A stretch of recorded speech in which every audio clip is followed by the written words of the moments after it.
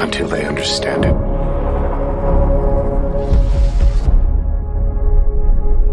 And they won't understand it until they've used it.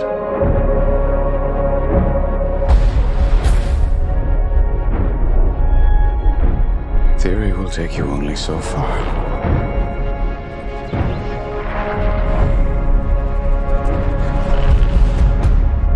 I don't know if we can be trusted with such a weapon. But we have no choice.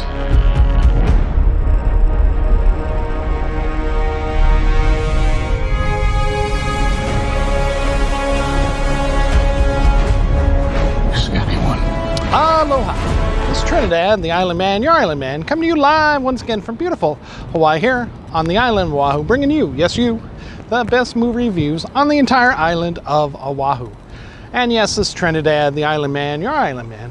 And today, opening weekend of Christopher Nolan's new and latest movie, Oppenheimer. Well, remember, without further ado, shock a thumbs up. It's good to see. I recommend it. Shock a thumbs down. It's junk. I don't recommend it. And for Oppenheimer by Christopher Nolan, starring an all-star cast of Cillian Murphy, Emily Blunt, Florence Pugh, oh my goodness, Robert Downey Jr., just to name a few. It is overall a shock and thumbs up. Now let me just say that I really didn't expect to like this movie. And that's not to say that that this movie doesn't have some problems. I really feel coming in at, 2 hours and 50 some minutes, Christopher Nolan, he really could have cut. He could have trimmed some of the fat out of this movie. My whole thing about this movie was that it was a tale that we already knew. It was Robert Oppenheimer, the creator, the father of the nuclear, bomb, the atomic bomb, and his efforts to create it for use originally against the Germans during World War II. When Germany surrendered, the United States opted to have it used against Japan, bombing Nagasaki and Hiroshima. And even Oppenheimer says, with estimates after the radiation and all the fallout, between both of them, approximately somewhere in the neighborhood of 250,000 lives were lost using those two bombs, to end World War II. Here in Hawaii, that has a significant meaning. Pearl Harbor happening just a stone's throw away from here, this theater, at Dole Cannery, over at Pearl Harbor. The attack on Pearl Harbor starting the United States into World War II. And, we have the Arizona, the USS Arizona, the memorial, the most famous sinking of the battleship from the attack on Pearl Harbor by the Japanese. And we also have the USS Missouri, the battleship, where the end of the war, the treaty was signed with Japan there in Tokyo Bay. After the dropping of the bomb being the result. But I digress. This movie, Christopher Nolan, in interviews, has stated that he decided to do this movie because his children were not afraid of the nuclear bomb, basically. And, children of the 80s, everybody from the 60s on through the 80s pretty much lived, myself included, to a smaller degree. The 80s was pretty much the edge of, the nuclear arms race. We didn't do duck and cover when I was a child in school because by that time we knew none of that would really help. So as far as preparation, no bomb shelters were built in my neighborhood that I had known that weren't already built, long before. In the 60s or the 70s or even the 50s. But, everyone knew, myself included, growing up through high school, that, the world could end pretty much with nuclear war between the United States and the former Soviet Union. And it's come back into, fashion, I suppose, to think that way, again, with Russia's involvement with the war in Ukraine, Vladimir Putin's excessive talk about a year ago about how we will use nuclear weapons, etc., etc. Threatening to pretty much plunge people back into the United States. But, also China is a nuclear power now, India, Pakistan, very, unstable Pakistan nowadays. So the world has all its actors.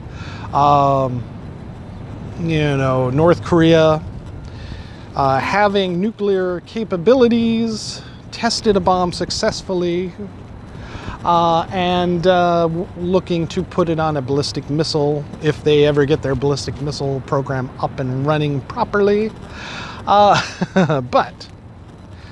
So it's kind of come back into fear, and I guess Christopher Nolan wanted, his children to know, maybe historically, to know what, how this all started, I guess. And a story about Robert Oppenheimer is a good way to start, I guess. Now, this is a rated R movie, and not really because of violence. There is a lot of sex and nudity in this movie, surprisingly.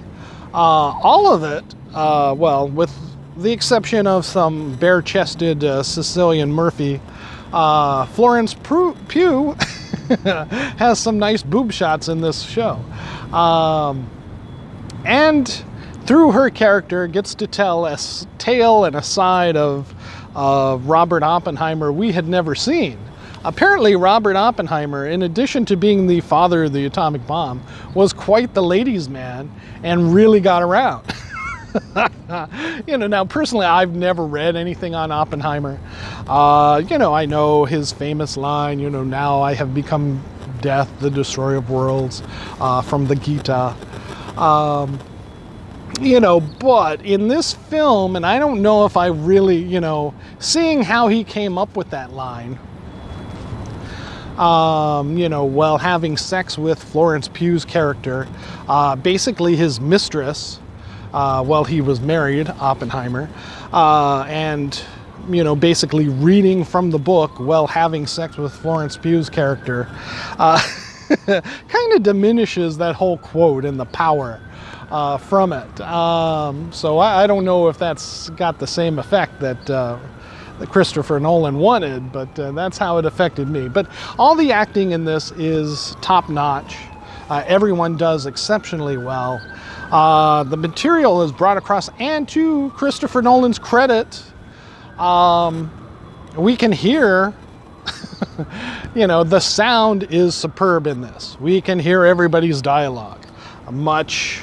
Perhaps he took to heart the problems with Tenet that people were having, that they couldn't frickin' hear anything in the movie, and he took it to heart, maybe, hopefully. Because, you can hear every line in this movie. It's beautiful.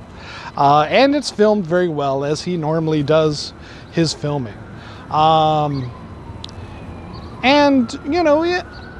must admit, historically and factually, I believe this does pretty much follow a relatively true portrayal of Robert Oppenheimer's scientific work as a scientist, working on and getting Los Alamos where the atomic bomb was developed in New Mexico, up and running, and picking the scientists and showing, both the problems that he had, both morally, with the deaths that would pretty much be on his hands, and along with, his overall as a scientist and as pretty much all of the factual reporting states, that Oppenheimer was a proponent of peace,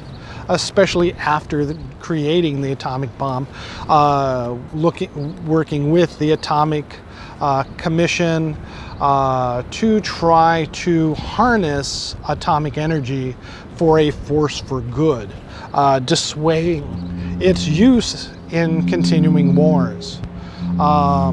And, maybe even a little bit against the hydrogen bomb and its creation as well.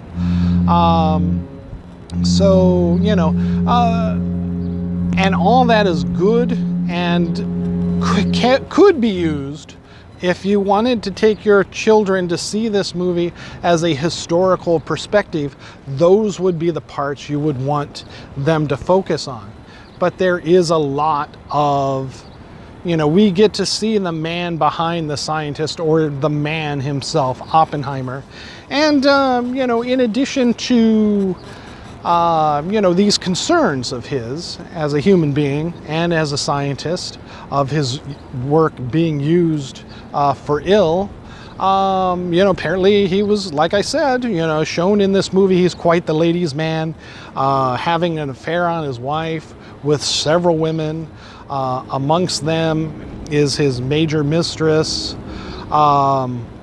Florence Pugh, and then also some delving into, what led ultimately to maybe his undoing, I guess, at least professionally, his undoing, losing his security clearance because of past affiliations with, not official affiliations with the Communist Party, but what could be described as a sympathizer. And of course, during those times of the late 50s, well after, his service during World War II, Hoover, the Red Scare comes up, him, along with many, many other people, were falsely accused of being communists, and, their careers totally wrecked and their lives torn asunder, all under these false pretenses of, being affiliated with the Communist Party or being communist sympathizers, etc., etc. Very much what we could see maybe politically today. Well, if you're not a Trump supporter, then you're a woke, liberal,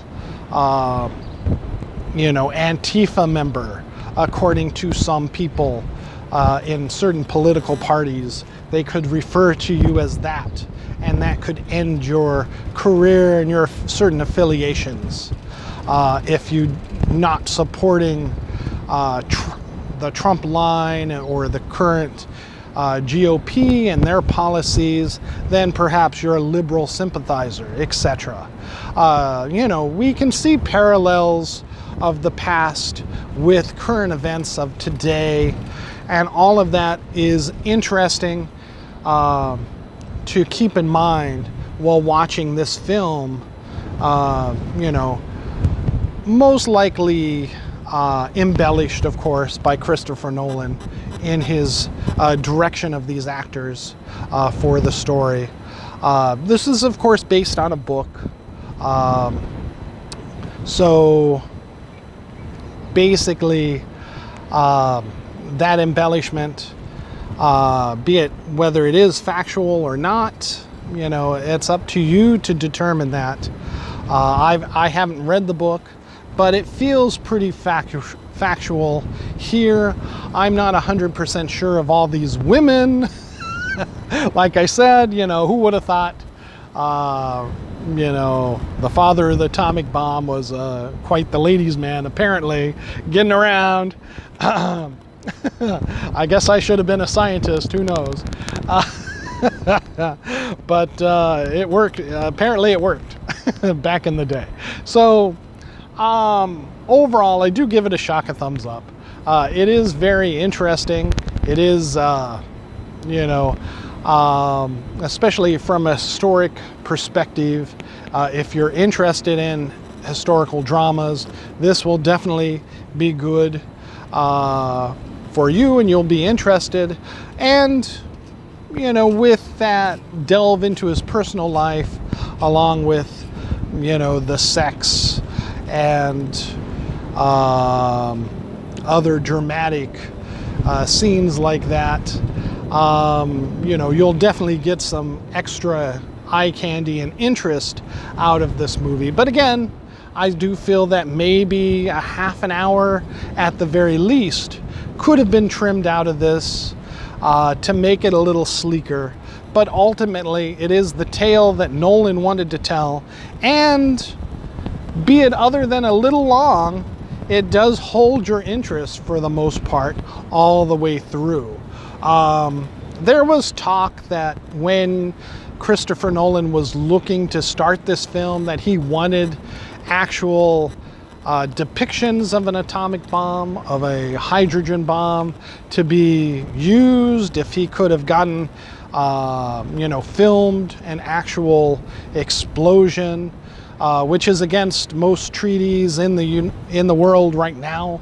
I believe France was one of the last countries to have detonated a nuclear bomb.